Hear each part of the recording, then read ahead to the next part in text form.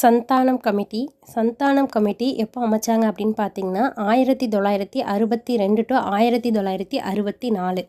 1962 to 1964 இந்தியாவில் ஊழலை ஒழிப்பது குறித்த அரசுக்கு பரிந்துரைகள் வழங்க அமைக்கப்பட்ட கமிட்டியாகும்.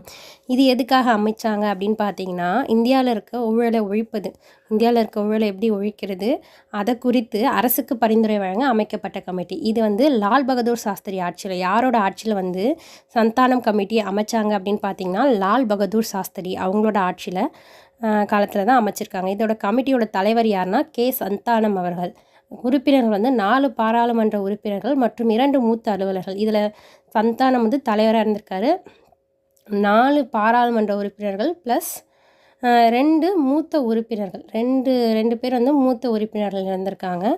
அப்போ மொத்தம் 6 பேர் இருந்திருக்காங்க. அறிக்கை சமர்ப்பிப்பு 62 அமைச்சு 64 அவங்களோட அறிக்கையை சமர்ப்பிச்சிருக்காங்க. அடுத்தது பார்த்திங்கன்னா பரிந்துரை. இவர் 137 பரிந்துரைகள் அளித்தது. இவங்க எத்தனை பரிந்துரை கொடுத்துருக்காங்கன்னா 137 பரிந்துரைகள் கொடுத்துருக்காங்க. இது கூட கேட்கலாம், சந்தானம் கமிட்டி எத்தனை பரிந்துரைகள் கொடுத்தாங்க அப்படின்னு சொல்லிட்டு கேட்கலாம். 137 பரிந்துரைகள் அளிச்சிருக்காங்க.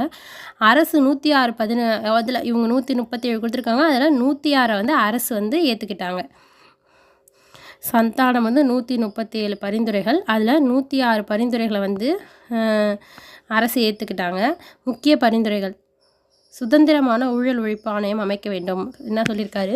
சுதந்திரமாக ஊழல் ஒழிப்பு ஆணையம் அமைக்கப்பட வேண்டும்.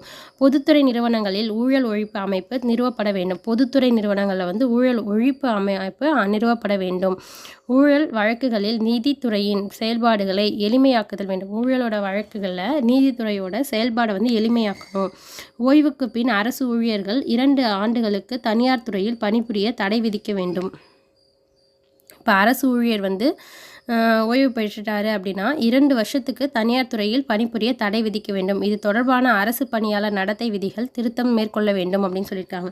அரசு ஊழியர்கள், அமைச்சர்கள் மற்றும் சட்டமன்ற உறுப்பினர்கள் தங்களது சொத்து விவரங்களை வெளியிட வேண்டும். இப்போ அரசு ஊழியர்களோ இல்லை அமைச்சர்களோ சட்டமன்ற உறுப்பினரோ அவங்களோட சொத்து விவகாரங்களையும் வெளியிட வேண்டும் அப்படின்னு சொல்லியிருக்காங்க.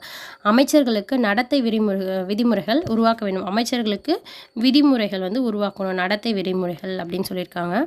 நெக்ஸ்ட் சிறப்பு காவல் படையின் அதிகாரத்தை அதிகரிக்க வேண்டும்.